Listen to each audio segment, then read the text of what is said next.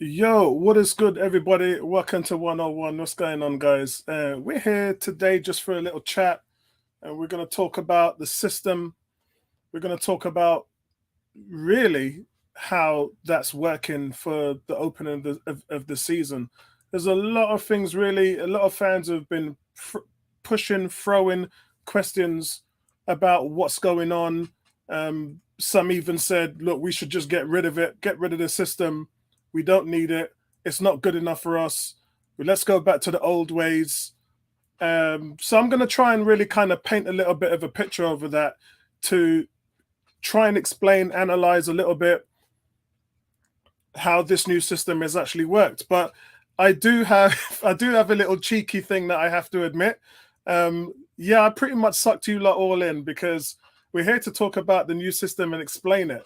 But the biggest question for me is, in terms of the new system, is it actually a new system? That's the big thing. But before we do that, let's talk about Pepe. Let's talk about our guy Pepe. So it is official. As a matter of maybe 30 minutes away, Pepe has now officially flown to Turkey, signed a deal, done a medical, and he's gone. So there was early reports that he was going probably about 12 o'clock midday today, and he's got 1 year left on his deal at the Emirates Stadium. And there was claims that we had bought out and terminated his contract. What I'm hearing now from my sources is that it was a mutual agreement to term the contract. So I just want to kind of explain if that is correct, if those uh, words from my sources is correct, then that means that it was the smartest thing to do for both parties. Because if Arsenal, at the beginning of the transfer window, had terminated his contract, that would have been worth 7.2 million. They would have lost that money. They would have, that's all of his wages, 140 grand a week over the span of 12 months. There you go, mate. That's your money. You can go and do whatever you want. And they've done that with a few players in the past. And while this might frustrate fans, I do want to reiterate, guys, that this is not their fault. This was the previous regime who done all these deals without understanding what the impact would be down the road, or actually fitting the players into the right system. So you guys have come in and we know that they've got a bunch of guys who were leaders, they're good on the ball, they're productive on both ends, they can score, they can create. So that's the kind of core players that we have now. But what seems to have happened over the years is almost just like no thought process had gone into anything that we were doing. And you can actually even blame Edu and Arteta for the Pablo Mari and the Cedric Soares situation and the Willian. So those were the kind of the three buyers that they had where it didn't work out. And look, they were all new in their roles. Yeah, Edu was new in his role. Arteta was new in his role. So nobody gets it right. Nobody gets it perfect. So there is that. What's going on, Emerson? Shout out to you. Um, so there is a level of that. But I do want to just really say that in regards to the Pepe situation, that kind of is the last of the those bad deals out the door. And look, guys, he played in his first season for us. He scored 16 goals. In fact, he had 48 goals and assists in 68 starts. So he was productive, regardless what any of you guys want to say about him. I've always quoted Pepe as being the most talented player on our roster. Yeah, and I won't change from that. His skill set, as far as I'm concerned, even now, is beyond most of what any of the players have on our team. The difference is he just didn't fit the system. And there's nothing wrong with that. Arteta's not to blame. Pepe's not to blame. And the fans shouldn't be pointing fingers. It's just one of those things that don't work out. It happens all the time. But with Pepe, he's gone. So that's basically the situation we've got now. The medical is going to be tomorrow morning. It is a 1 year deal. And I did want to explain the situation with Pepe is this. The reason why Pepe took this stance was because he wasn't even given a squad number with Arsenal. He wasn't facilitated in any way. He's been training by himself. It's been pretty lonely as far as he's concerned. And if he spent a year where Arsenal would give him the money and he wouldn't be playing football, his value would pretty much be wasted. For Pepe, his choice was this. Let me take a 1 year deal. Let me go to a place where I can play football. I can do what I need to do. And then at the end of it, I'm still going to be ready and ripe next year when I'm on a free contract. I'll still be available out there, showing what I can do if everything goes well this season. So that's the situation why he took the deal. If he didn't take the deal, he would have been another year out of football and he had no value at all.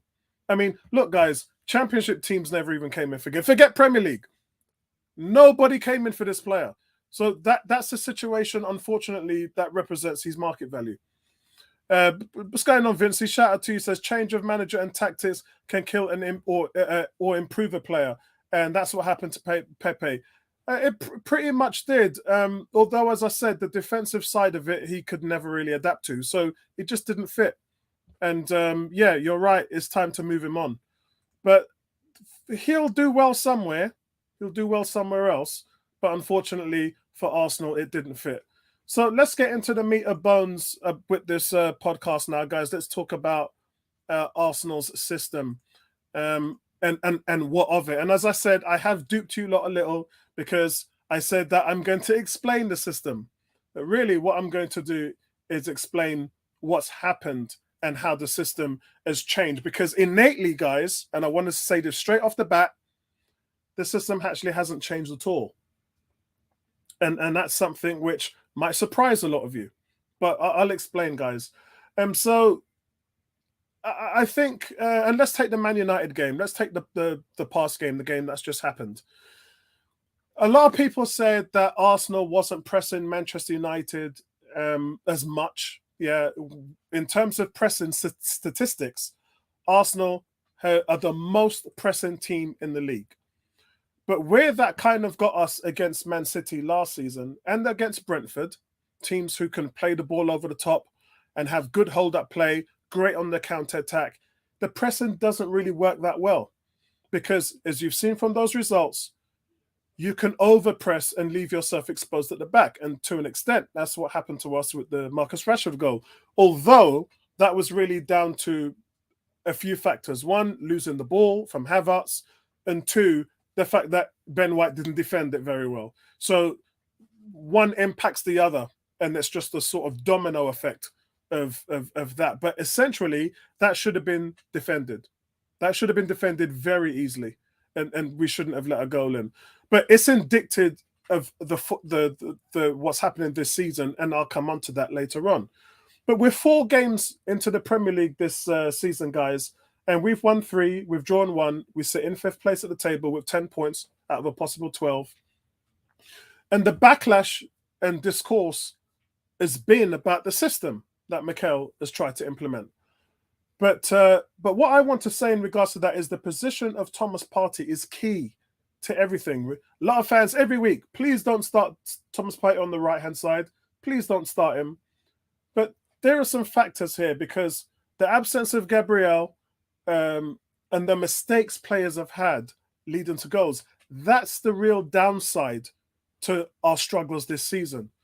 But there's enough evidence, guys, and that's what we're here to talk about today. There's enough evidence that the system is actually producing more than it's given credit for. And that's what we're going to talk about today. So on paper, guys, the performances show that the Gunners have dominated all of their games. Our suspected goals per 90 minutes has increased. And I'm going to put this up for you. Expected goals. Right. I'll put this up for you straight away so we're all singing on the same hymn sheet. So our expected goals per 90 minutes from last season has increased from 1.87 to 2.26. So regardless of what anybody wants to say about, oh, the system's not working and blah, blah, blah, yeah, I'm here tonight to prove that that's not actually right. And some of you don't really work on stats, but you do you, because if you can't look at stats to tell you what's going on, then, you know, if you're dependent on the eye test, then that brings a whole load of subjective opinions and views. So statistically is the only way that we can look at this to see if there's a factual difference, yeah? It's not my opinion. This is just a factual change of what we're looking at in this new type of system with these players playing in different type of roles. Yeah. So Arsenal, the way they're playing now, are actually more attacking in comparison to last season. Now, whether that will turn out to be more goals, more wins, more points is a different matter altogether, because we know that there's been mistakes made that have given away points at Fulham, and we're talking about Saka and the mistake that he made, and that mistake obviously that brought them back into the game, which with the substitutions that Arteta did, bringing on Nketiah, he done enough to win that game. Yeah, so we should have won that game. We should be perfect. 4 wins out of 4. But the mistakes, we have to own that. Yeah, we have to put our hands up and say we messed up. The players, they didn't take the responsibility, and they messed up. Vince is saying that XG is based on the start of past season or the overall. That's the XG after 4 games for the 2.24. But the 1.87 is based on the whole season of last year. So we're doing a comparison with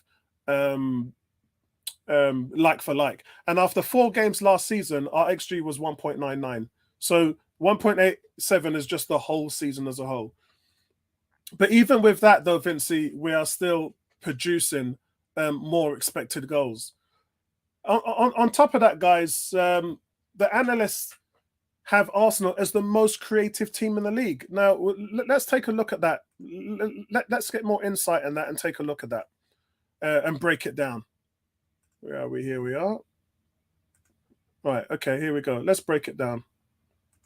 Get rid of that. And let's show this.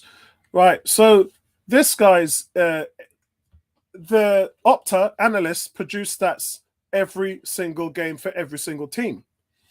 And guess who's the most creative team in the league after 4 games? It's Arsenal.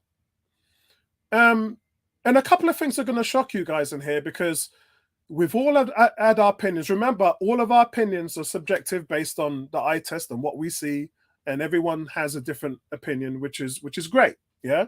And those opinions, as I said, are based on what we see. And the narrative, and this includes me as well, the narrative has shown that Saka's not hit form. He's not playing well. Havertz has been a waste of time.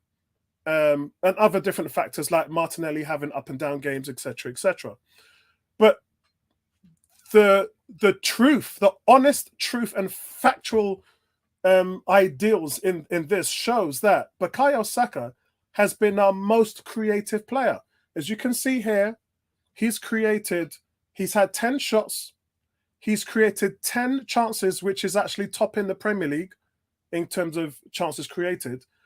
And he's had 9 build-up, assists to build up for shots, yeah, for XG, for creative in terms of goals. So overall, he's created 29. That's a lot. He's created 29 scoring opportunities. So it is frustrating the fact that the goals haven't come. So there's the frustrating, there's the problem, the lack of finishing, the fact that those players are not converting these chances. That's a different thing altogether. What we're looking at now is our attacking sequences in terms of the involvement. Arsenal are number 1 in the league in that regard.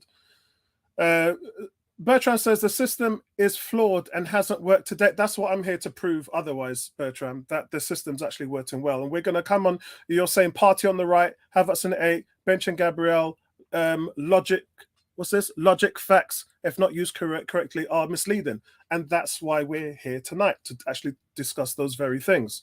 Vincey says, scary that considering how fluent we were in those first 4 games with Jesus. True. And that's because he has that rare ability, and we saw it when he came on. How many players really would have been able to do what he did just through sheer dribbling ability, and that's what he's really good at. Vincey also says, I guess better chances from midfield shots and outside the box. Yeah, there's that to go with it as well. So what we're seeing here, guys, is we just talked about Bukayo Saka. I'm saying, I've given him a 4 out of 10, 4.5. I gave him a 6 out of 10 and a 5.5 out of 10. So his grades is averaging around a 4.5. Yeah. He scored a cracking goal. He scored an amazing goal, left foot, top corner. Give him credit for that. Outside of that, he got the penalty, which I felt probably shouldn't have gone to him, but he converted it anyway. So credit to him for that.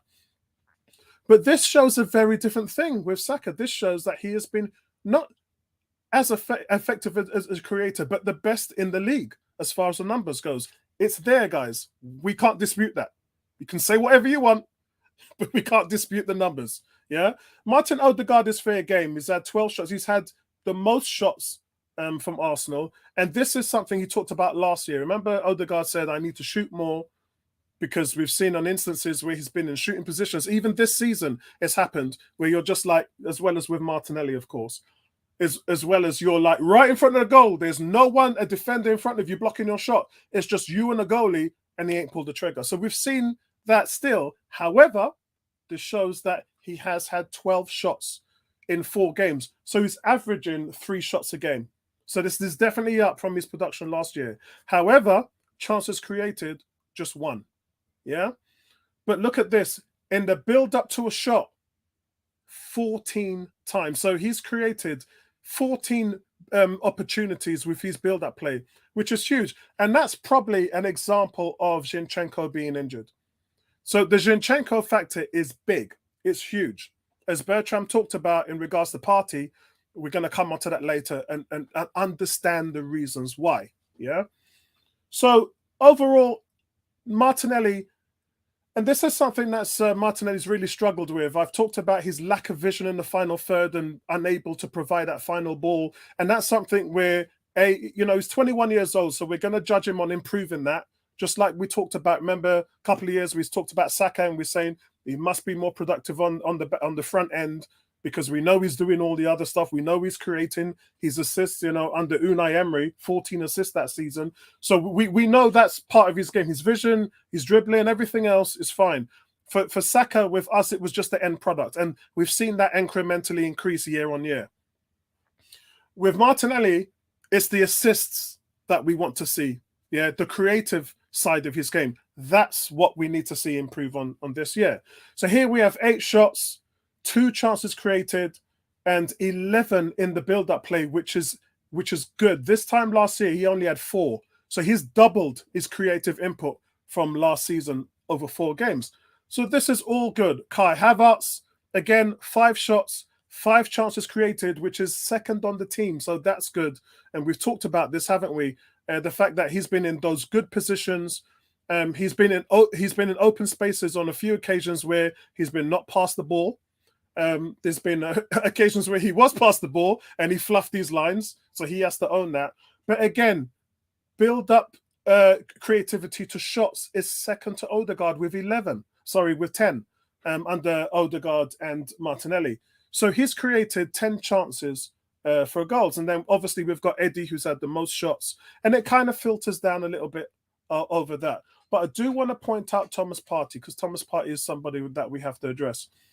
Thomas Partey, is in the build-up play, has created 13 scoring opportunities.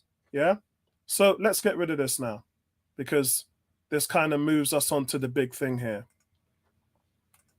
Okay, here we are. Right. This is what kind of builds up. Shout out to DWTT. Shout out to you. Bertrand Orr says, looks like nowadays if you get a pass anywhere near the box, it's deemed a chance. It's only deemed that if there's a shot, if it ends up in a shot, really.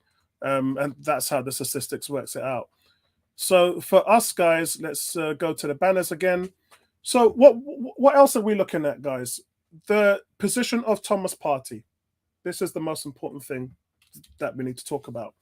So, like I said, the backlash, the discourse, everything is about this new system. And we're here tonight to talk about that might be a little bit of an oversight by the fans. Because when I've looked at it now and studied the film, it doesn't actually look like there's a new system in place. There's new players playing in new positions, but the system looks like it's exactly the same, except for one caveat, which I'm going to come on to now, and that is Thomas Partey. So the position of Thomas Partey, in the absence of Gabriel, as I said, on paper, the performances show that they've dominated all their games. The possession, everything seems up, guys. The possession as well. So we've talked about expected goals that have gone up. The possession, this is the possession, guys. So the possession from last season has gone up as well. So Arsenal are pretty much dominating the game and keeping the ball away from the opposition. So it's limiting the opposition to doing very little with the ball. And that's exactly what it looks like Arteta wants to do. The passing frequency as well, guys, is also up on last season as well. So let's look at that. That's the passing frequency. So I'm going to try and be as transparent as I can with all of these numbers so that we can come to some kind of analysis at the end of what's going on. And here's the accuracy of passes. Accuracy of passes have also gone up. Now, the addition of Declan Rice and Kai Havertz has changed the structure into from a more offensive output into a more defensive output. And both players are ranked in the top 3 in the league in duels won, aerial duels, and recoveries. And we've seen that. That's a visual thing that we see when an opposition has the ball in the midfield and they're going to attack us. We see Rice and Havertz just bombing through and taking the ball off them and winning recoveries. And they're really good at it. It's something I think Havertz had 16 in the first 2 games. Yeah, it's just ridiculous how they've been able to perform. And this is something which is a system change. This is something which is by design. The role that Havertz and Declan Rice has is extremely effective in what Arsenal are doing in winning the ball back. And what we've actually done is, in regards to Declan Rice has proven that with what he's doing on the defensive side, solid, brilliant, fantastic, maybe the best in the team. But on the offensive side, he has his first goal against Man United, but he has missed 4 or 5 chances. So, we talk about Havertz missing chances. Well, Rice has done that as well. Rice has missed 4 or 5 chances also. The difference is we can talk about Rice now because he's broken his duck. Havertz hasn't broken his duck. So we're waiting for that time to see Havertz get his chance. But with Declan Rice, it's working. With Havertz, it's not perfect, but he's continuing to adjust on the offensive side. But we've seen, as I said, Rice miss chances as well. Now, the shot frequency, that's a big thing. That is up as well from 14.11 to 5. I better put that on the screen for you guys as well so that you can keep up with me. Yeah? So this system is producing more shots, it's producing more possession, it's producing a higher frequency passing. All of these things are factual. No one's making them up. We're having a look at this from a broad perspective so that all of us can analyze this data and understand what it is that's actually going on. And as I get to the end of the video, we'll kind of come to that. And guys, we can make up our own distinction of where this lies as well. Yeah. I just showed you the shots, and now let's look at the accuracy. The accuracy of the shots as well as increased by 5% on last year's average. So all the numbers, guys, are looking good. In no way, shape, or form are we struggling statistically from last season, except for the chances we're missing and the mistakes we're causing, which is letting goals in on the back end. Yeah, all of those things you don't counter for in regards to statistics. If a player makes a mistake, you can have the perfect game for 89 minutes. And in the 90th minute, if you give the ball away, which goes down and goes to the back of the net, you can't account for that. Yeah.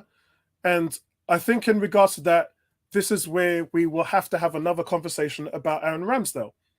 Because as much as I'm a big Aaron Ramsdale fan, and you guys are big Aaron Ramsdale fans, in terms of his shot percentage saved, it's nowhere as good as David Raya. And so what we have to do now, the fact that we've played 4 games and let in 4 goals, and some of those goals could have been saved, the manager now has to take a decision of whether he's going to pull the trigger and give David Raya a start. And although I'm the big Aaron Ramsdale fan, huge Aaron Ramsdale fan, love him like cooked food, there has to be a level of competition and there has to be questions asked, because we right now have a guy who's ranked 10th in shot stoppage and a guy who's ranked 1st in the league in shot stoppage. And with every game, if you're leaving that guy who's number 1 in the league in shot stoppage, if you're leaving him on the bench, then as the manager, we have to ask questions of you. We've got to ask questions of, why have you paid 3 million on a loan for this player? and we're not stopping shots at the moment. Yeah, we're doing okay, but we have a guy who's the best in the league at doing it. So why don't we see what good looks like or great looks like rather than average, and then see how that transcends? Yeah, that's the question we need to ask. And guys, let's take the emotion out of it. Yeah, because we all love Aaron Ramsdale. Let's take the emotion out of it, and let's talk about systematically what would be the best thing for the team. And I'm not saying he should 100% replace Ramsdale. I'm saying we should give Raya a shot. That's what I'm saying. Yeah. And if it doesn't work out, guys, it doesn't work out. And Aaron Ramsdale goes back in, and he takes the reign on that. Hold on, guys. What's going on, Danny? What's going on, mate? What's going on? Long time. I can't hear you. I can't hear you at the moment. I'm not sure why. 1 second. Let me just see if my mic is working. Hold on, I'll just check on my mic if my mic is working. Mic. Let me come back. I still can't hear you, Danny. Right. I'm just checking if the mic is working. Sorry about this, guys.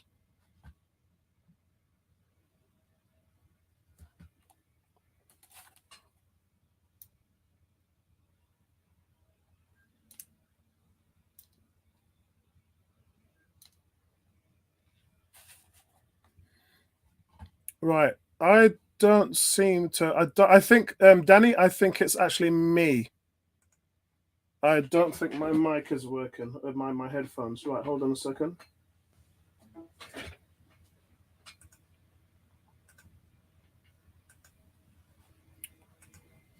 Right. Can you guys hear Danny in the chat? Yeah. Yeah. Can you guys hear Danny in the chat? Can you hear me? 1 2 1 2. Hold on a second. Audio.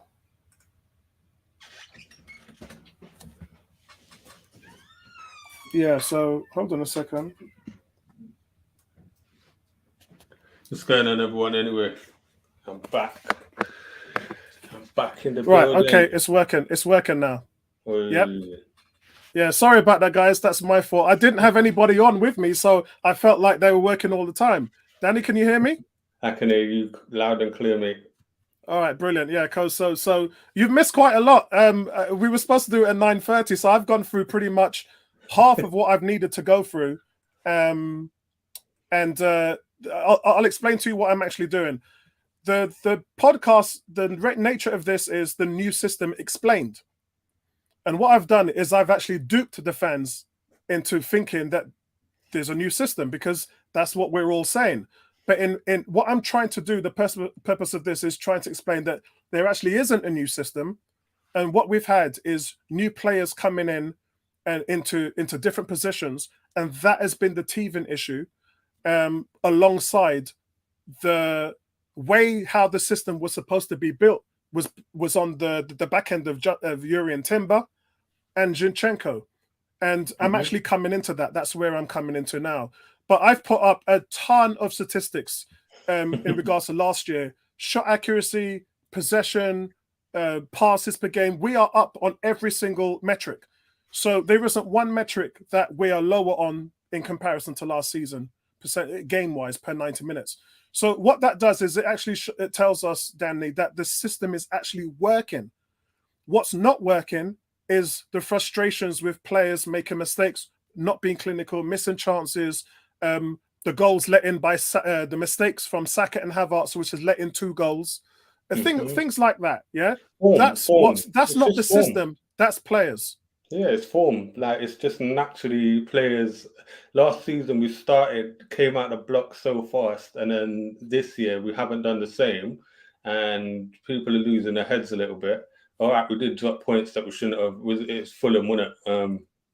But really, remember last year, you can't compare 2 teams ever. But last year, City started slow, and everyone was like, "Oh God, they're well off it." And it's not about that. It's slow and steady wins the race sometimes, man. So last year we burnt out because we started so fast. And like this year, it might do us good to take our time. We're getting the results that we need, but just take our time and settle into it. And I agree with you, the system hasn't really changed.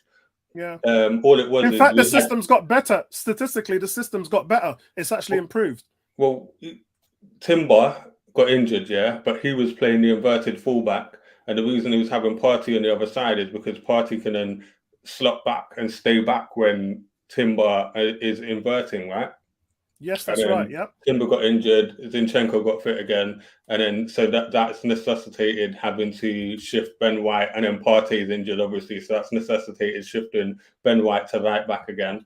And I feel like Arteta noticed that Ben White at right back, whilst he's a great player and he was one of the best right backs in the league last year, he does slow the game down a little bit. And at centre back, you can afford to do that, but it's sometimes it's nice to have a bit of dynamism at right back. So I do feel that was part of the reasoning behind it, although it didn't really work because Gabriel's so bloody good, man. And when he's not in the team, we really do suffer defensively. And you can see that last game, he came back in. And I know a lot of Man United fans are screaming about Højlund penalty shout and that, but that was never a penalty. I don't know what they're going on about. It was never a penalty. No, if that happened to us, I'll be calling for the pen, but deep down I'd know, you know, that's not really a stonewall penalty, you know what I mean? So I just feel like people are losing their heads a little bit early on. I do feel like the Havertz, I get why he's doing it. And I was backing Havertz, if you remember the last show I was on, I was kind of backing him and saying like, chill. But I do feel like I know why he's doing it. He's trying to get him bedded in so that when the Champions League games come and we've got to rotate a little bit, he's ready. He's part of the team and stuff. But I do feel like it's costing us that little bit. Like his ball retention stats and that are great. Yeah. Everything's great. Everything's great, bro. But we do lose something that we lose a little something when he's on the pitch, bro. Like when Vieira's on, you can see the incisiveness just increase immediately, and it's been evidenced in Vieira's numbers when he's come in. And I do understand that Vieira's a bit more lightweight and Havertz is a bit stronger and stuff and bigger and more physically imposing and stuff. But I do feel like we lose a bit of incisiveness when we don't, because even Xhaka brought a bit more incisiveness than someone like Havertz, who's just suffering from a lack of confidence at the moment. He didn't. He did. Or you're probably talking about on the offensive side. Yeah, I'm talking purely on the offensive side. I'm not talking defensively. Like defensively, Xhaka was better than him as well. To be fair, Xhaka was better than Havertz defensively as well. Yeah, so we're gonna have to talk about that now. You brought it up. I feel like Xhaka in the last 2 years did a lot more offensively than he did prior to that. He was a shocking player, like all around. But like the last 2 years, Xhaka did sort of come into his own a little bit. We can talk about it if we want. We can talk about it. Yeah, I'm actually looking for the metrics which I sent you guys. There's a metrics between Xhaka and Havertz. And Havertz is I actually sent it to you guys in the chat, in the podcast chat. Hold on, I think I've got it. I think I've got it here. I hope I have anyway. It would be a shame if I don't. But basically, what it shows is that Havertz is outperforming Xhaka in every statistic. In terms of every statistic. And you know what? You can't say that because Xhaka was finishing well. No, that's not me saying it. That's the metrics. That's not me, bro. That's not me. I hear that, but like that's the metrics done by Opta. Okay, so you see that chance that Havertz fluffed against United, the sitter, basically, yeah? Xhaka would have scored that last year. Yeah. And you mentioned Saka earlier as well. He's so off form. Well, like no, it's situational because yeah. You know? Yeah, but bro, in the first 6 games, Xhaka didn't do anything in the team. He didn't score. He missed 3 sitters. People forget that. They only remember Xhaka scored 5 goals in 37 games and got 2 in his last game. Yeah? People have short-term memories, Danny. Yeah? I cannot find this metrics, but I did send it to you guys in the chat. I'm not going to waste time now trying to find it, but I did send it to you guys. But basically what it showed you is that Havertz is outperforming Xhaka in every metric. I found it. Hold on, I found it. Right, hold on. You've got to have the stats, man. Yeah, you have to have it, man, because otherwise I wouldn't be. This is the thing. Like, part of the stream, what I was talking about was, and how I started the stream was a lot of the opinions that we have is subjective and based on our emotion and things like that. Yeah. But when we look at the factual stuff, which is actually what I'm doing in this video tonight, we're seeing a different kind of picture. And the main thing I wanted to talk about was this new system that everyone's talking about. It doesn't look like it's new at all. What is actually happening with this system is that it looks like it's exactly the same thing, but with a tiny variation. And you've already, the first thing you said when you came on the stream is exactly what I was leading up to. And we're going to talk about that after we finish with this Xhaka and Havertz thing. Yeah. You see these numbers here. I just want to go. So, bro, can you explain these numbers? So, is this what sample size is this from? Is this from like their first 5 games of last year, or is it from Xhaka's entire season and Havertz until now? What is the sample size for these metrics here? This is exactly what you just said. It's you can see it here. This says Granit Xhaka per 90 minutes for the whole of last season. Well, that's not a fair comparison then. It's not a fair comparison because I know it's per 90 and I know in NBA they love their per 48 minutes and stuff, but it's not a fair comparison because over a season there'll be peaks and troughs, right? And like a smaller sample size, you can have inflated stats. That's why subs tend to have better goal per game ratio than starters because starters will play more minutes. I'll take that on board, Danny, but I'm here to show that after 4 games, if this guy was so bad, even after 4 games, we would see him underperforming. I don't think he's so bad. I don't think he's so bad at all. I just think we have better options. And I know you said Patrick Vieira then. Fabio Vieira is proven to be the better option in that position for me. But then I don't know, is Arteta worried about the physicality? Because we all know Fabio Vieira's physicality isn't the greatest. So maybe that's the only issue I can see there, is maybe the physicality is the sort of thing he's going for here. And maybe, but I've heard some rumours that Declan Rice here is picking up the number 8 role, but he hasn't got it smashed down pat yet. So I feel like he's given Declan Rice a bit of time before he puts him into that role and then Partey at the 6. You see what I'm saying? So I feel like that will be the ultimate conclusion of that. Declan Rice will be the 8, Partey the 6, and then... Right, so let me go through this, Daniel, whilst I'll never get to finish it and we won't be able to get on to the next section. So what this does is it shows in ball recoveries. I mean, he's number 3 in the Premier League in ball recoveries right now. Goal probability, open shots, open play, key passes.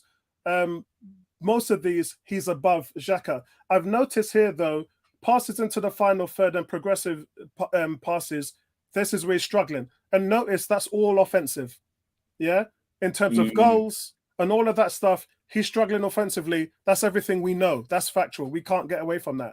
But what we're looking at in terms of his overall statistics, in terms of tackles, like Xhaka, people talk about how good defensively it was. And I kept saying to people, he was the 3rd worst person on the team in tackles last season. Just because in 1 or 2 games, he made key tackles, like last-ditch tackles to stop a goal from being scored. He definitely had that responsibility taken away from him. And that was when but his in game terms improved. of his tackles per game, he was among the lowest in the team. If you look at Havertz, and I mentioned this against Man United, I haven't seen anybody else mention this, Danny, from the Man United game. There was a time Bruno Fernandes in the 11th minute cuts the ball in on his left. He shoots for the top corner and Havertz slides in from behind and blocks that shot. It has Ramsdale beat. It's actually a goal. But he stops that with a block. Not a single person. I bet you any money you've not had one Arsenal fan tell you that. I bet I'm the first Arsenal fan that has actually said that to you. Because the perception, Danny, is negative with him. Yeah? And this is why when and this is why I'm doing a podcast right now, because I want to explain to the fans exactly how a balanced view is worked out in with this player. For sure. Yes, he's struggling on offense, but defensively, he's 3rd in the league in aerial duels and duels. He's second in the league in recoveries, behind Declan Rice. We have the best 2 players in recoveries in the whole league. There's been times that the opposition midfield has the ball running I've seen him yeah, tracking back and winning the we've ball seen back and stuff. Declan Rice and Havertz just take the ball off midfielders. Like, bro, where did that come from? Yeah, there are fundamental defensive keys that he has, which I don't think Arsenal fans are even looking at. And this brings on the Fabio Vieira factor. Fabio Vieira is not going to do that defensively. Offensively, he's going to be fantastic. And I can actually talk about maybe Smith Rowe. Is Smith Rowe going to do that for you as well? I think Fabio Vieira is more likely to be effective on that area than, because I've seen, especially in Europe last year, you know, when Fabio Vieira was playing like from the start, he was quite good at ball recoveries and he's quite tenacious. Even though he's slight and small, he's quite a tenacious player. So I could see him. Smith Rowe is offensively great, but he's quite lackadaisical going back, I would say. Yeah, and that's probably why Arteta don't fancy him. From an offensive standpoint, then you can definitely see there are better options at the moment because Havertz is low on confidence. So there's no dodging the fact that he's struggling on offense. He is. That's just a fact. I think that's but defensively, he's one of the best players. He's actually the 3rd best defensive ranked player on our team, behind Declan Rice and William Saliba. So that's how good he is at the moment. What he's doing is as Roy Keane would say, he's doing his job. Like he's doing, you know, like when you're struggling offensively, just do the right things properly, you know, like get your defensive work in, run a lot and work hard and the goals and stuff will come. But I do feel like you've touched on a great point here, is that the reason a lot of Arsenal fans are so critical about Havertz is he's viewed as an offensive player. He's not viewed as a guy who's been brought in to do the dog work. He's been brought in to improve us offensively, although we never needed that. Look at our goals last year. It's our top tally in the 88 goals. That's a franchise record. So it's a franchise record. I do feel like that I understand both sides of the criticism, because people have expected this guy to be an offensive player. His whole career has been spent in offensive positions, attacking midfield, wings, or up front, depending on what club he's at. So I do see where that criticism is coming from, but you've made some good points in terms of his defensive output is unexpected. So maybe that's why Arteta likes him. Arteta loves a good defender, you know. Exactly. And listen, I just said it in this stream. We're dominating games. Every single game we've played, we've dominated it. And I've given every metric, and we are improved on last season. And I know you're saying it's only 4 games, but unfortunately, we're not far enough into the season where we can. I'm not saying that. I'm not saying that at all. I'm saying that in terms of you know, like you know data, right? You use data a lot in your job. We all do. So it's just like when you've got a smaller sample size, it's easier to get warped numbers. Let's revisit this later on in the season, and then we'll get a true picture of Havertz's performances. And hopefully by then his confidence has picked up, so his offensive stats will be better anyway. So let's just revisit that same graph, if you can find it again, later on in the season, because that'll be interesting to see the comparison then, you know, like halfway through. Right, let's see what the guys are saying, and then we can go on to the main point of the evening, which is the system. So Cam says, when it comes to my Arsenal content, I'm an easy man to please. I want balanced perspective, and Apollo give you that. Even put his hand up about the Xhaka issue when most of it was true. Yeah, I did. And look, and that's what I'm saying. Like, when I get it wrong, guys, I put my hand up. But at the end of the day, what I did, I believed was right. And also, because I couldn't give a subjective opinion, I decided to boycott him. And it's great because 101 is not just about me. There's a whole heap of other players' perspectives you can get from the panelists. So, and were they being fair? Not necessarily all the time, but they were being as fair as they could be. And all of whatever you needed to learn and understand and know about Xhaka, all the other guys gave you that. You didn't need it from me. Yeah. Although last season, due to you guys asking me to put opinions in, I did. I put him on the player ratings. I talked about him in every game. But what I'm trying to say to you is, you have to put your hand up if you understand that the balance isn't there. Yeah. Always be balanced in your views, which I proud myself of being. But when you can't, admit it, own it, come up with it, and be a man about it. Yeah. Sometimes don't hide underneath the table and sweep it under the carpet. Yeah. This is probably Jijesh. He says Vieira is an impact player at the moment. And listen, Jijesh, this is the reason why after 2 games, all the fans were saying start Trossard, start Trossard. Do you know what I said? Leave him on the bench. Leave him on the bench. And you know why I said that? It's because when a Man City over the years can take a Sterling, a Mahrez, a Jesus, a Foden, when they can take a Grealish off the bench, and they all changed games, what could we do? Nothing. So what have you seen over the last 2 games? You've seen man come on and change the game, innit? So that's the reason why I'm trying to get Arsenal's fans to expand their minds a little bit and understand that the squad plays a key part in results that we have. Go back to last season when it was 0-0 at the Emirates against Newcastle. We had nothing. We were at the bare bones. Nothing on the bench. Now, when you look at the bench, all you see is man that can change everything. So it isn't about playing certain guys who are doing well like Vieira or the Trossards or anything like that, or Nelsons. We need to understand that those guys have a role to play. And if they can come on and do what they've done over the last 2 games, that to us is worth more weight than gold. And we have to play that game, guys. We got to play that game, which is that impact game. We got to know that guys are going to come on with 10, 15, 20 minutes left to go and change the game for us. KS says, you got anything to say on that, Danny?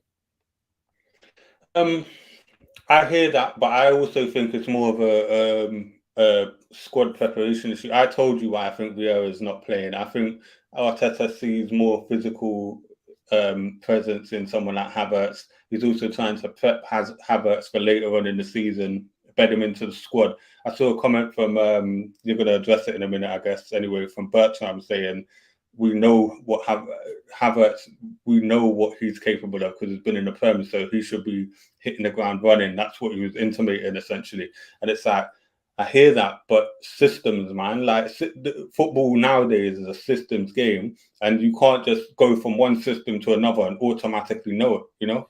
So that's what I feel like it is with, like, players do need time to bed in, even if they're staying within the same league nowadays, because the systems are so wild. Look at how Chelsea played last year and look at how we play. Totally different game of football. That's why we spanked them every time we played them. Like for the last couple of years, we've battered them because their system can't beat our system. Like even if they've had better players than us and we still beat them at their place and stuff, you know? Not last year, the year before that. Remember when we went to their place and spanked them and someone got sent off, I forget, in the corner.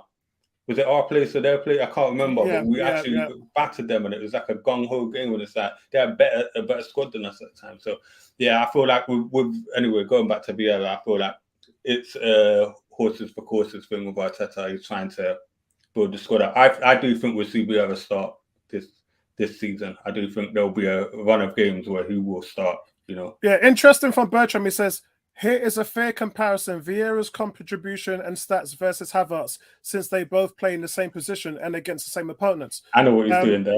I see what he's doing there. He's trying. Well, I'm not actually sure what he's doing because Havertz statistically is the 3rd best defender, and Vieira's not. But then Vieira is one of the best offensive contributors, and Havertz isn't. So I'm not sure with the comparison of they're both doing a great job. Havertz is doing a great job defensively. Vieira's doing a great job offensively. I can't distinguish between the two. So help me out if I'm missing something there, Danny. Am I missing something? I'm not going to lie. I tend to side with Bertram because I don't. Like I say, I always try to be objective as well. We all have blind spots, right? We always think we're objective, but we do have certain blind spots in all of us. Yeah, but from what I've seen of Vieira this year, I can't lie and say that he hasn't looked a better. Look, if we're just judging it on who's looked better this year, Vieira has looked way better than Havertz. If we're just judging it on purely who has looked a better player this year when they've come into the Arsenal team, who has looked a better player? But Danny, you're only talking about offensively. You're not even. This is the narrative of what I'm hearing from most fans, Danny. But what you're saying is what I'm hearing a lot from fans is. But I'm saying watching the game, Apollo. That's not what I'm saying at all. I'm saying watching the game and looking at how we play during the game. I don't think we look worse defensively when Vieira's on the pitch than when Havertz is on the pitch. I don't think we do.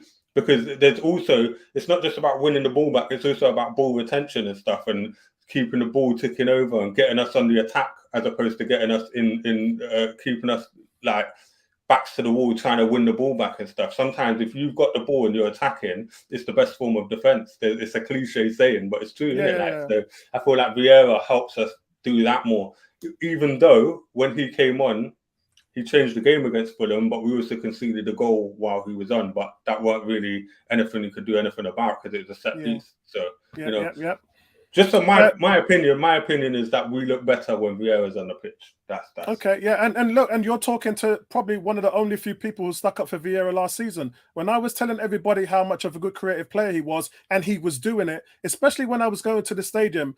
When I had Tony Cox with me for the first game, and I said to him, Tony, the one player I want you to look at today is Fabio Vieira, because I want you to see what I can see. I want you to see the touches he makes, the weight of the passes, the runs beyond the back line. Look at all those things. At the end of the game, Tony turned around to me and goes, we got a player in there, Apollo. And I said, I know, right? But all you hear from the fans is he's weak, he's brittle, he's blah, blah, blah. It's a waste of time. Sell him. Fans wanted to sell him this summer. Yeah. So you're talking to someone who's already, I've already got the t-shirt on that, Danny. So none of this is a surprise to me, because I saw it last year. The difference is he's just getting more opportunities. And this happened with Nketiah. 2 years ago, Nketiah was getting 5-6 minutes coming off the bench.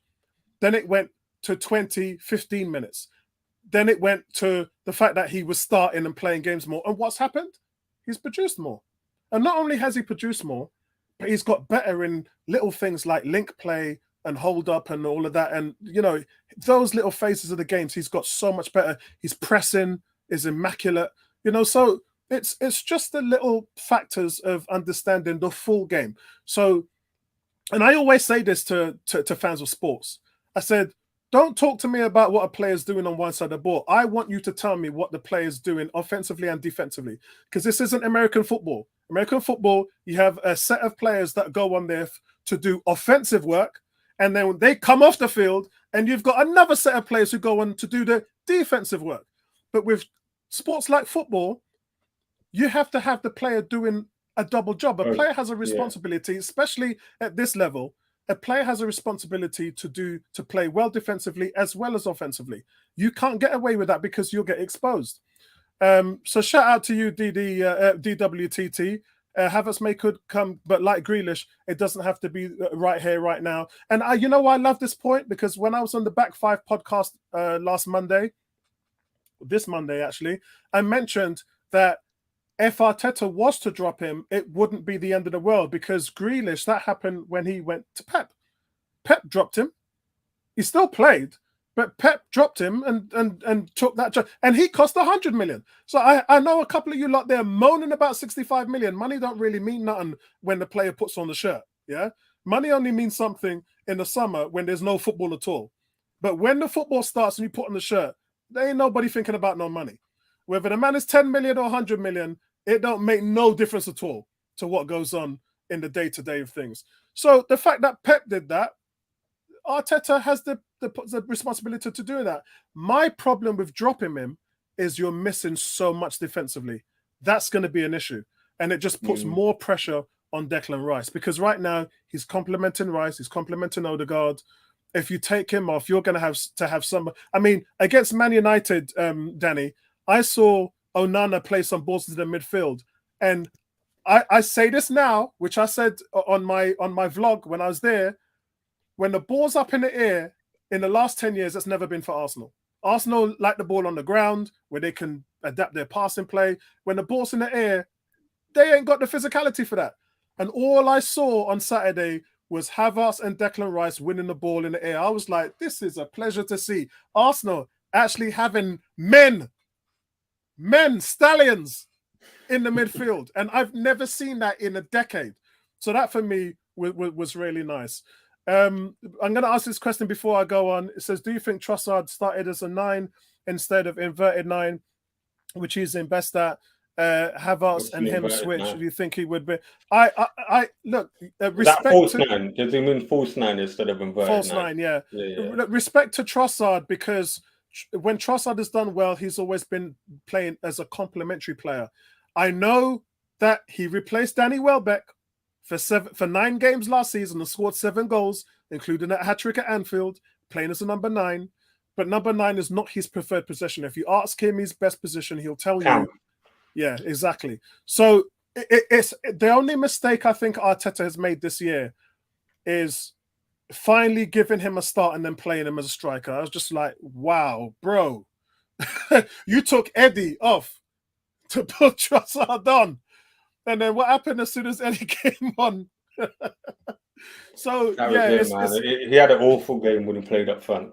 Yeah. Don't Game. blame And them, before man. that, he Don't was looking really good. The best we've seen him at Arsenal. Like before that, some flashes he had were unbelievable. And then, yeah, just some experiments ain't gonna work in it. Like I feel like I'm not gonna lie, Partey at right back. I don't think that was the one. Careful, because we're gonna talk about that next. Yeah. Okay. Cool. We'll move on quickly, but I feel like Havertz isn't working either.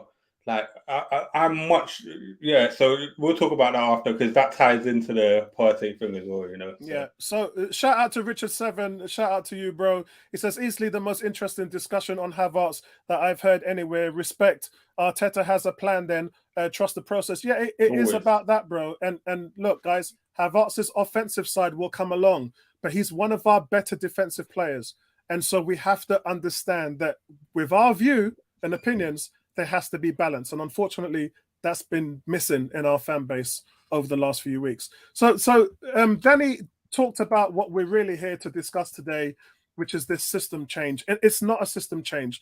And I duped you guys on the podcast for that because what we've seen here, guys, is just an adaptation made out of his adjustments for what we were doing with the inverted side of the player. He brought Timber in, and Timber was going to control that right-handed side inverted, and then he got injured and he was out. And Zinchenko was injured as well. So what that left Arsenal with was a problem of where they were going to invert. That was the decision Arteta had to make. His decision was to put Thomas Partey there.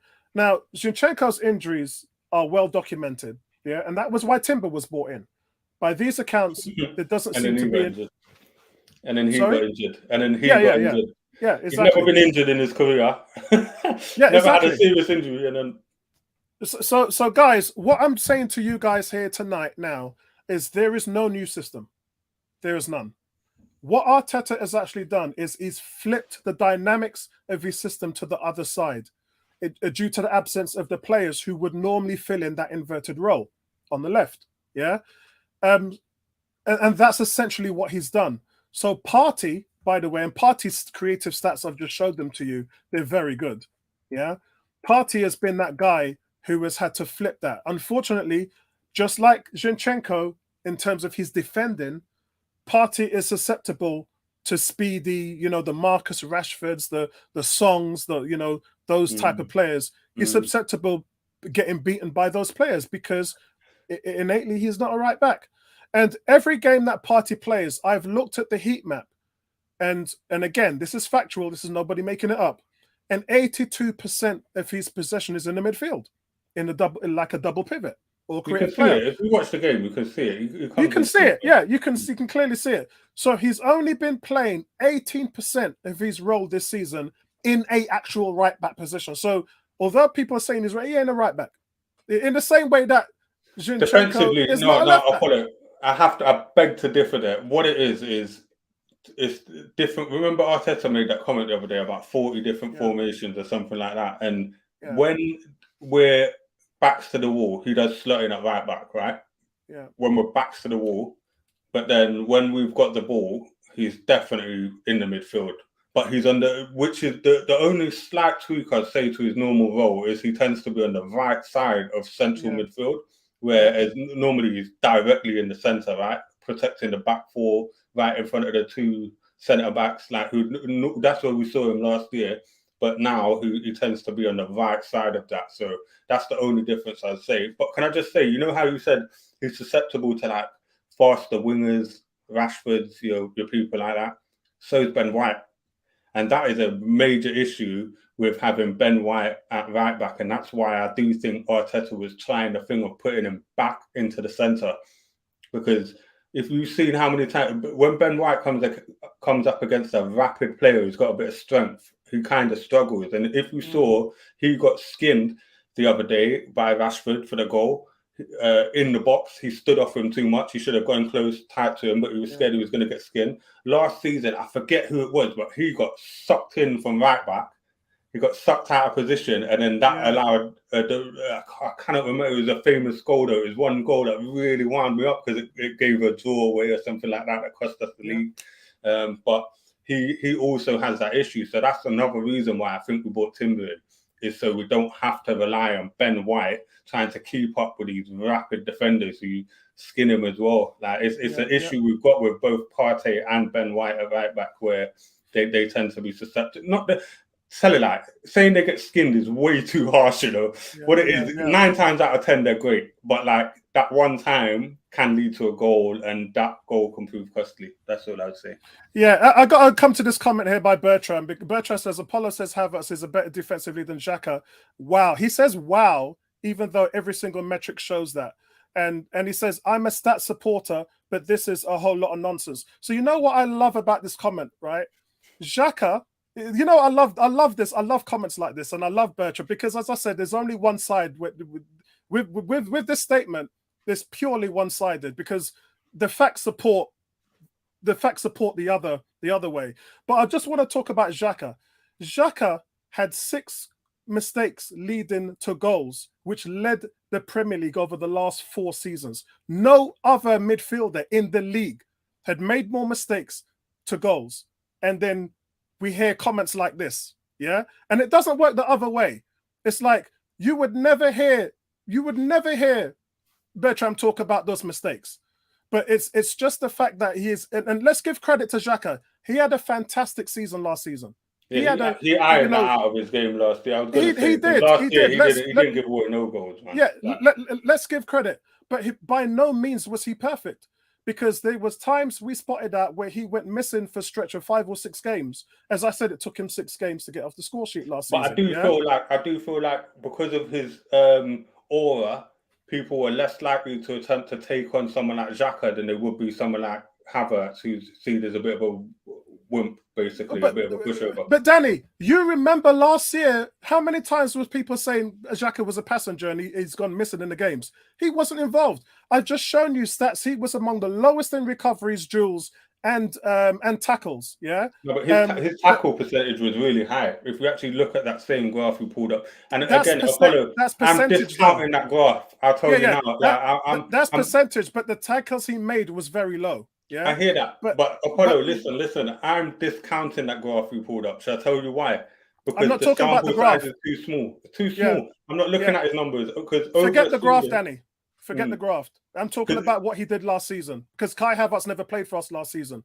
Yeah, last season defensively, because, and this is the thing, because Xhaka made a couple of good last saving ditch tackles, it doesn't make him the greatest defensive player on the team. It really doesn't.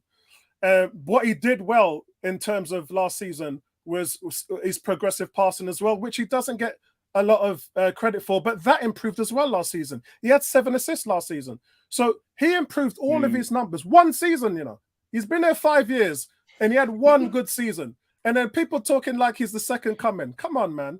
You know what? I'm done with that anyway. Yeah. But what I'm saying is for a long time, but but that's what I'm saying. Be subjective in your views. Your views don't seem to be subjective to me, bro. They really don't. It's pure one-sided business.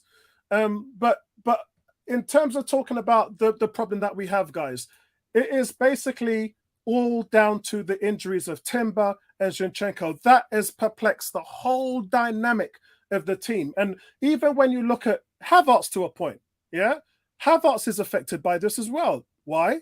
Because Zinchenko was key to unleashing both Xhaka and Martinelli last season. And he hasn't hardly even played with Havertz this season. And he's clearly not on the same wavelength as with Martinelli. You can see that. You can see in terms of the triangles, the overlaps, things like that. He is not on the same. And the guys, it's only 4 games. He's passing behind You can see he's not Yeah, fitting they're into running the into the team. same areas, which you shouldn't be doing, Danny. You shouldn't be running into the same areas. There's no overlaps. There's very few triangles. This is errant passes. I would say that's the yeah, main feature I've noticed with Havertz is poor finishing and errant passes. yeah, Like, yeah, but this is what I'm saying. You have to be objective. Yeah, you have to give a broad opinion. yeah. One thing that I like about Havertz that we don't really see from a lot of other players in our team is he very rarely loses the ball when he's got it at his feet. I'm not talking about the goal he gave away. That was a pass. That's a ball in flight or in motion away from the body. When it's at his body, he very rarely loses it. I've not. I don't. He's probably lost it like once or twice in the whole four You know games what? he's played. I love you, Ball Danny. You know, retention. He's got I a love you, great ball Danny, retention. because when you talk facts. Yeah. I So you mentioned have this to on be the objective. podcast on Monday in the back five. We looked at his entire statistics in the league. He's third in the league in possession percentage, which means I think it's 88.6%. He's number one in the Premier League in terms of keeping the ball at his feet in the midfield. He doesn't get that mistake he made was a one-off. Yeah. Dude, That mistake he made, he got punished for. Put Bertram's comment on the screen, his last comment. Yeah, you should start a church. He's mocking. I should do, actually, but I don't have the time for that, Bertram. Believe me, my life is too busy for that right now, man. So overall, guys. You know what it is, yeah? He needs his confidence back. And I just worry because for me, I felt the same about who was it? We had a player like Pepe had the issue where his confidence was shot. Aubameyang, oh my God, man! Like the last 2 years of Aubameyang, his confidence was rock bottom, and he's never got it back since. And I just fear for Havertz because this is not an issue that's been at Arsenal. It's an issue that he had at Chelsea. If you watch Chelsea last year, the year before, his confidence has been eroded. And it's like we really need to hope that he can get that back at some point because we need our number 8 to be chipping in with goals and assists because we don't have an out-and-out goal scorer. Our goals are shared about. And it's proven that way so far this season. If we look at who scored, it's quite varied, yeah? So we need our 8 to start firing. And that's where I have a slight tinge of concern about Havertz. And I don't... Obviously, I want him to sort it out, but that's where I'd be a little bit just iffy. He needs to start getting his confidence back. And the only way he's going to do that is by the fans supporting him, which they have been. If you actually look in the ground, no one's getting on his case. No one's groaning every time he gets the ball. Like, people are cheering him on and saying, come on, mate. So it's just like, you just need to hope he gets that back. But this is, this whole conversation tonight is to dispel narratives. Yeah. I myself haven't rated Saka a lot this season. We've seen how well he's played creatively. Number one most creative player in the league. Yeah. But it's just not happening for him. It's not switched on for him. So there's things to take for instance. He did that last year though. He started whoa slow last year. I know. Yeah. Maybe Martinelli didn't though. Martinelli started fast last season. And Martinelli, he's been all right this year. He got an assist the other day, didn't he? Yeah. And that's what I'm saying. So it's starting to come together very slowly. But the thing about players traditionally, if you look at Harry Kane, remember he didn't score in August for about 7 years or something. He never scored a goal in August for years. Like Harry Kane, this is like the top scorer of the Premier League in the last 8 years or something. So some players just have a method, and Saka appears to be one of those guys who tends to start a bit slowly. Like, just chill, man. You'll be good. And that's the thing. I mean, you talked about Havertz and he needs to improve. Saka needs to improve. Martinelli needs to improve, and we're seeing little signs of these things happening. But there are a few reasons, like in the next month or two, when this team starts clicking, and these numbers we're looking at with all the improved metrics that we've seen, they're gonna be pretty good. And it's not just that as well; it's the level of competition. Like Man United, it almost seemed as if when the goal went in, it switched them on. So sometimes we've been playing down to the level opposition, yeah? And not to mention that sometimes when we play a team like Nottingham Forest, some of our fans go, yeah, it's Forest, we should be beating them. And then Forest will go in and beat a good team. And you're like, Wow, so they They really beat are a that good. couple. They beat a couple this year, isn't it? Already, Yeah, they beat a couple of good teams. Yeah, and this is the respect factor of the league. It's like there's no easy games. We should know that. Look at Brighton. Yeah, something you see them rolling over teams and then they get battered at home. So it's like there's no easy games. But I think with Arsenal now we're stepping into, we got Spurs coming up, we got Man City coming up, we got Sevilla in the Champions League. We're as the games get harder, Danny, we're going to have to definitely step up our level. There's no two ways about that.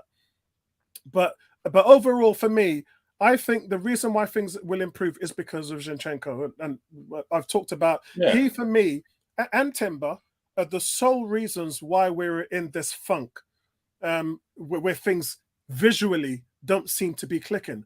But you take the visual and the emotion out of it, and then look at the metrics, and things are showing that we're pretty good in terms of our creativity and the chances we're creating.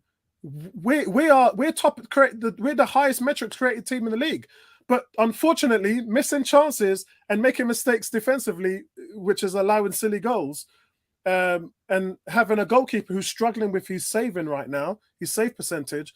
All of that's going to play a part into how our season goes, and that is something that I think will improve as the season goes on. You know what it is. Sometimes as Arsenal fans as well, yeah, all fans are like this. You're the harshest critic of your own team. If you listen to what fans, I watch a lot of football YouTube and stuff, right? And if you listen to what fans are saying, it's like these guys are not even playing well. Arsenal, we're not even playing that well yet, and we're still getting the results. When it clicks, which it will click because we haven't changed too much from last year.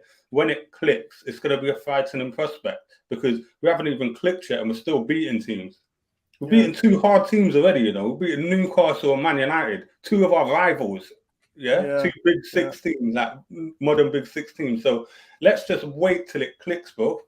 I don't want people are losing it, but then it's losing it, proper losing it, man. But that's the internet, bro. I know. People just lose their minds. So Bertrand says, well, let's hope that Havertz proves his doubt was wrong, including yours truly. Have a great year. Many games to play. Peace out. Nice one, Bertrand. Always a pleasure for your insight. Cam says, what about Gabriel? Well, remember, I talked about Timber and Zinchenko.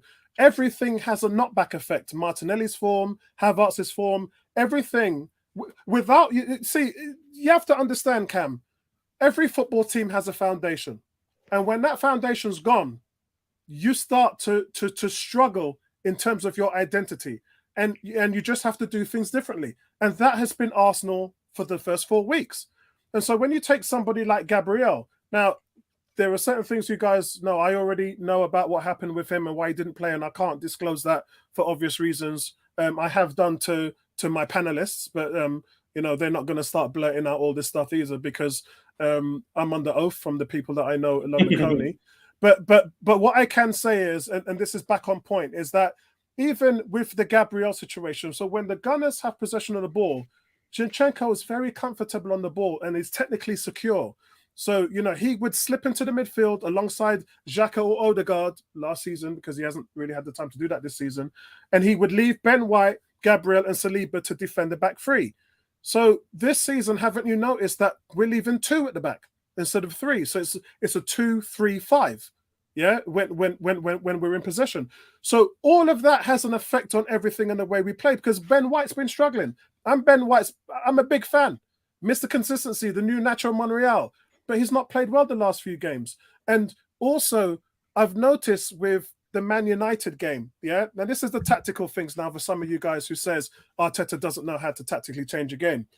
Arteta could see that Onana was exceptional at playing the ball out the back and made it very difficult to press Man United, almost press resistant with that goalkeeper. And what he did is he pressed less. Why did he do that? Because he realized that Man United was trying to square the ball into, suck Arsenal in and create that space with Casemiro and Rashford.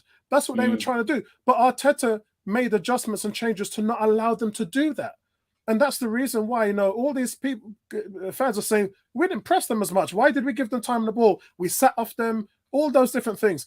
That was by design, guys. That was by design. So that Man United, we wouldn't gift them the tactics that they wanted in that game.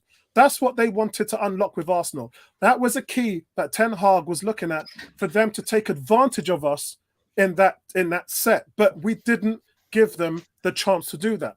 And if you take out the fact that goal Marcus Rashford, he took it well, but by all accounts, Ben White has to close him down.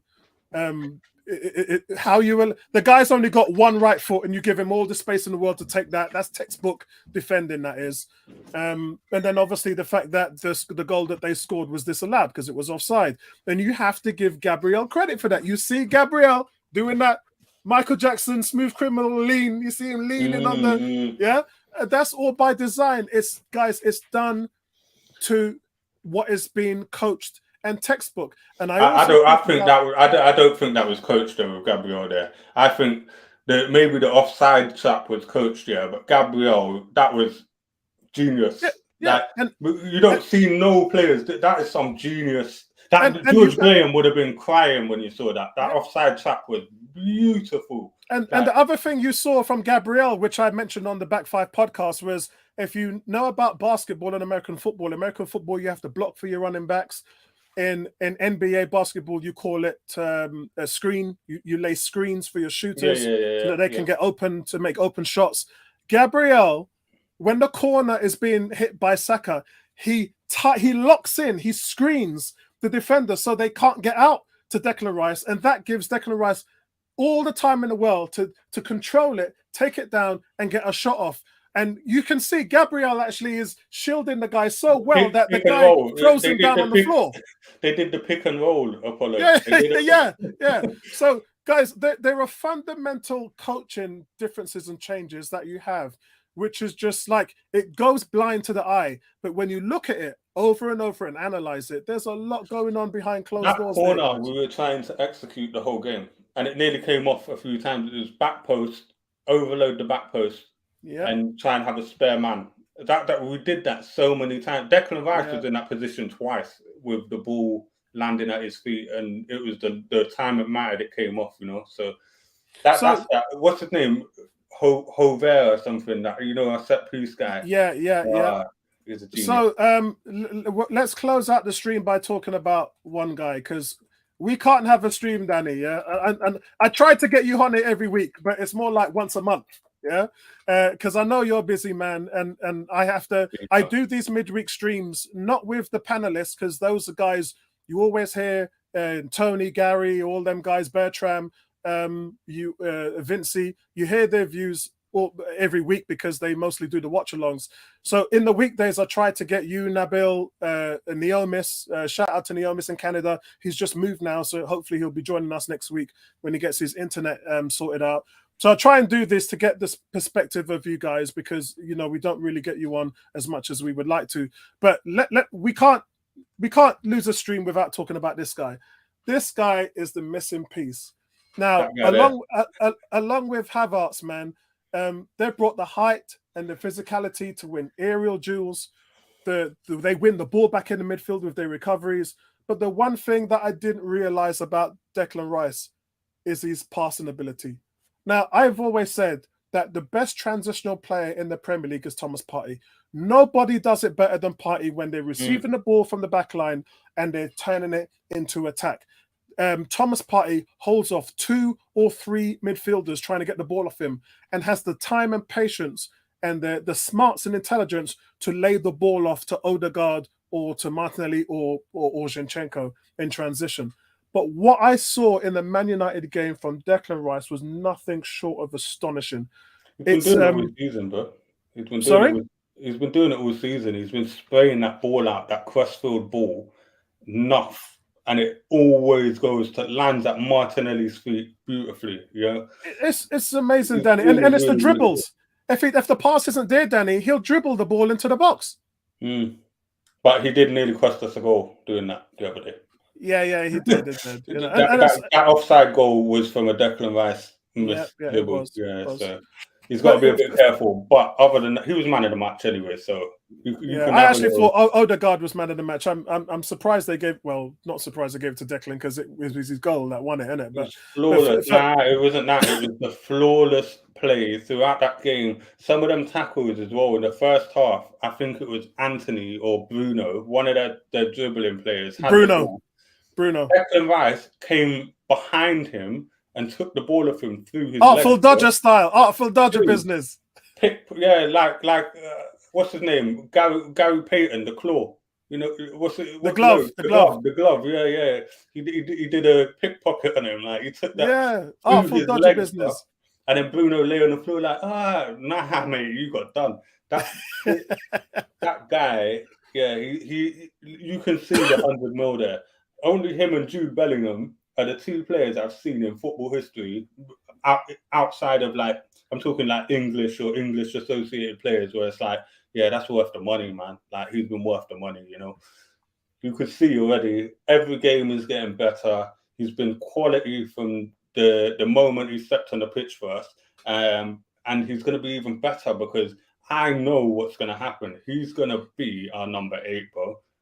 He's going to have this is what the ultimate thing is for Arteta. Yeah. Towards the end of the season, it's going to be Partey 6, Declan Rice 8. I guarantee you that's going to happen. You're just trying to get Declan Rice up to speed. It took Xhaka like 3 years to learn. So 2 years or 3 years to learn. So, you know. Yeah, because if you've got Partey, if you've got Partey covering that 6, which we know he can do because he's done then he can do them dribbles that lose the ball every now and again, them risky dribbles. And I feel like Declan Rice's shots. We're talking about Havertz, like not being clinical or having a good shot on him or whatever it is. Rice has got everything in his locker, mate. Dude, when Rice Declan Rice, it's clean, bruv. Clean. Yeah. Have you seen that training video where he shows his skills? I left it. Yeah. He's top class, mate. I see a video he did with some YouTubers called the FT. That's right. That's the one I'm talking about. Yeah. Everything, mate. Ball possession.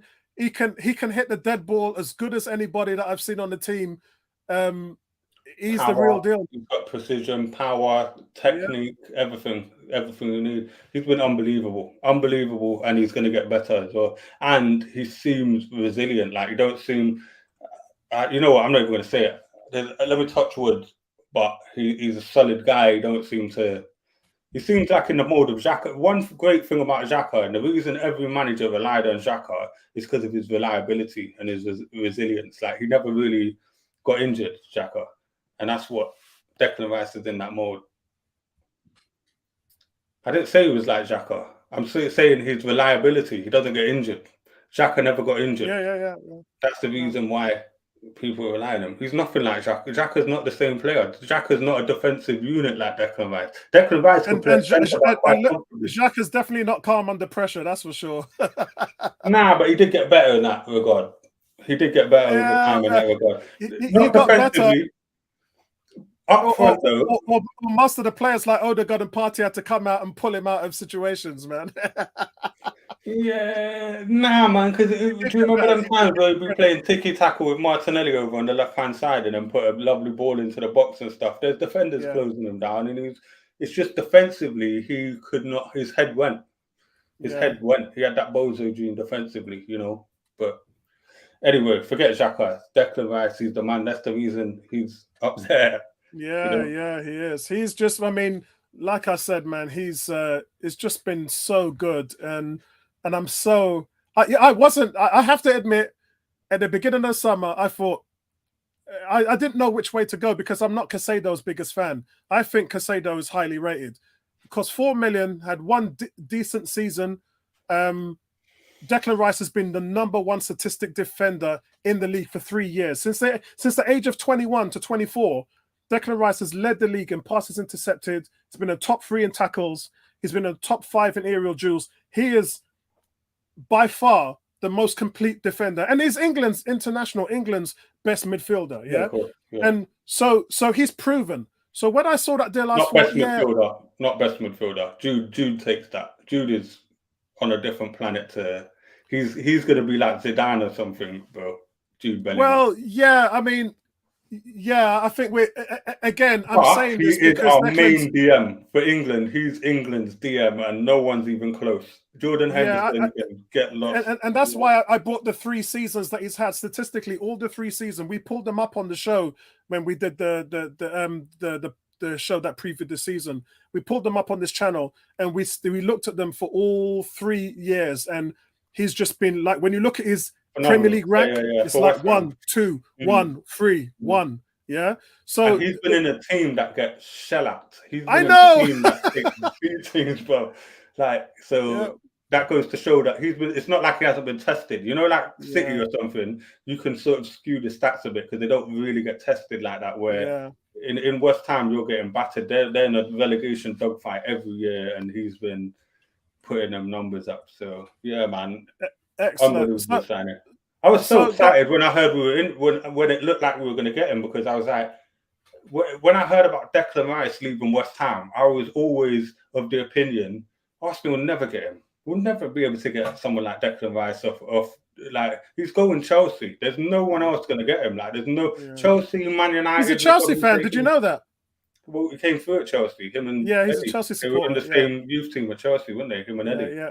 That's why him and Mason Mount are good friends. Yeah. That's why I thought we might get Mason Mount this year as well, and I was pleased God no. I've watched Mason Mount for years, and I don't know what people see in him. I've never. Wow.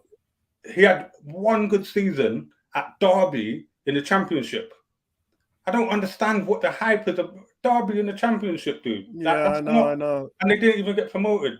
He's never played well for England. He did well in the Champions League for Chelsea, I have to say, and so did Havertz. He had a decent season at Chelsea when they won the Champions League. You're right. He had an okay season, but even then, I'm watching him, and I don't see any difference between Conor Gallagher, Mason Mount, average.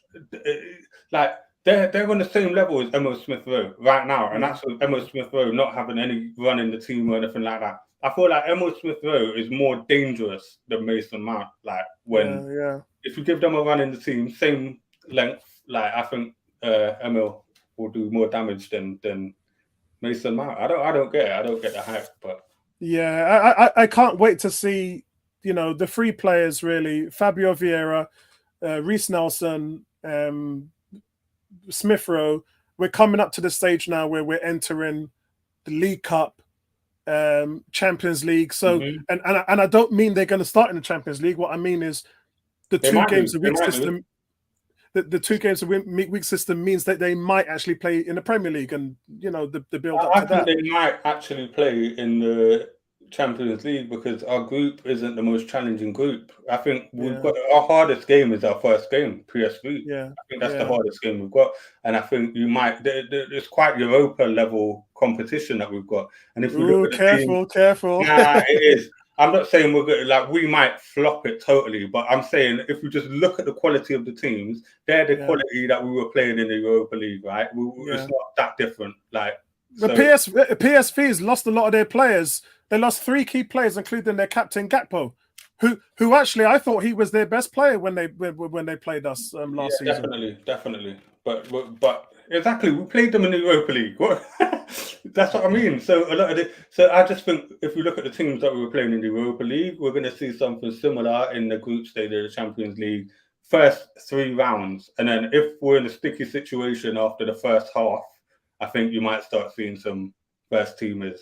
Okay, I didn't think of it that way before. So yeah, I can see that happening. A lot of teams do it now, Apollo. A lot of teams in the group stage, they don't put their big guns, all of them out. They'll play a mixture, which is what we were doing in Europa League. I think that's funny because when I watched Liverpool and Man United do that, they were playing their strong players, but and they were getting knocked out. Man United last year, they were getting knocked out. So and they didn't have no depth. Man United's team last year was absolutely shocking, considering they're the biggest net spenders over the last 10 years. It's wild. Wild. But we're talking about too many other teams. It's Arsenal. Like, I'm just saying, I think knowing Arteta, he's going to rotate the team in all other competitions other than the Prem, and even in the Prem, which is what he's already done this year. You've seen Jesus fit, he's still starting Eddie. You've seen him put Trossard in there. You've seen him put Havertz in. You've seen him put Martinelli now, who Trossard was playing on the left for a bit. You've seen him put Ben White, centre back, right back. Like, he's been rotating the team. This is what people don't realise, man. So last thing I want to say before we go, guys, is I just want to say big congratulations to Saka and Odegaard being nominated for Ballon d'Or as well. Ballon d'Or, yeah. And I just think that is that's incredible. That's an incredible achievement. And Ramsdale, the Yashin Award, the Ballon d'Or for goalkeepers. You know, like that's an incredible job. So what would you do with Raya and Ramsdale? Would you agree? Do you think Raya needs to start a few games so we can see what he's got? I wouldn't change it until Ramsdale doesn't look good enough. There's a reason why he's been nominated for the Yashin Award. There's only 10 goalkeepers on the planet get nominated for that award, and he's one of them. So I wouldn't really look to change that. Definitely wouldn't look to change that immediately. I would see Wagwan, see if he has a sticky patch in the season, and then I might consider doing it. But what I would do is I'd rest him for the cups. I'd rest him for all of them. Champions League, all of them. Carabao, FA Cup, whatever. I'd rest him for all of those and have Raya in for those, and then let Ramsdale just have the league as is. Like we used to do because you know what, Danny? We're playing Brentford, and they've agreed to let normally loan players are not allowed to play, and they've agreed to let. We basically said we're going to buy him. That's why we basically got under a gentleman's agreement that we are going to purchase him. So it can fit in within FFP. So wouldn't it be funny though if Raya plays and he stinks up the joint? That, like, people are not even. Everybody's assuming he's going to go in there and just be lights out. You know, we're not even thinking of if anything goes wrong. Ramsdale is overall. I can't say this for sure, but for me, Ramsdale overall is the better goalkeeper from what I've seen of them both. It's just Raya is better at certain things than Ramsdale. So he's better with the ball at his feet. He's like an Onana with the ball at his feet. He's like a press-resistant goalkeeper. But I did say to you some of the reasons for that was because when Ivan Toney was there, Ivan Toney's the best. You could just ping it to him and he'll plug. He's like one of them. Do you remember Sketch? Do you remember that thing, Sketch, where it's like a little Velcro disc that you put in your hand and you had a Velcro tennis ball, and it's just like that's Ivan Toney. You throw the ball up to him, just catch it. So your distribution statistics will look real good if you had somebody like him. And when we had Aubameyang, it's mad because Aubameyang was terrible in the air, but Ramsdale used to ping the ball up to him, and he's got really good ball control. Like, you know, when it's coming out of the sky, Aubameyang. Ramsdale used to ping them sort of hard balls up to him, and it will pause, and then he'll just control it, you know. And that's the one thing I saw. I'm trying to remember which game it was when Eddie came off and Havertz came in the number 9 position, and we were trying to break the press. And then Ramsdale went long to Havertz 4 times, and Havertz controlled the ball, won it Giroud style, and it just and it stopped. I think it was Nottingham Forest. It was Nottingham Forest. Couple games. I think it was Forest. I noticed that as well. But it's important that in the last couple of games. And then it stopped them from pressing us, and that was something we couldn't do before. Actually, the last time we did that was when Tomiyasu was playing right back, and then we used to go long to Bernd Leno used to go long to him to break teams from pressing us, and Tomiyasu would win it every single time on that right hand side. That's the last time I've seen it. All right, guys, thanks for joining us this evening. Love you like cooked food, guys. We really discussed some very important topics today, which quite frankly I haven't seen the YouTube and the internet really been talking about and discussing. Some real analytical insight into what the system actually is, and is it actually new? And my answer to that is no, it's not. It's just an amalgamation of changes which have been made because of the disposition of injuries to Timber and Zinchenko. The key factor is, Danny, is how will it look moving forward now that Zinchenko's back? Does that mean that the right back is now solidified as position? Does it mean Havertz's play improves and Martinelli's, because they're the beneficiaries, just like Xhaka and Martinelli was last season, of Zinchenko? So the next few games is going to be really core and key to a lot of players' improved performances, not just the team as a whole. For Yeah. sure. For sure. Excellent. Okay, thanks a lot, guys. I'll speak to you later. It's 11 o'clock now, and you wouldn't believe this. I haven't even had my dinner yet. So peace out, everybody. Nice one, guys.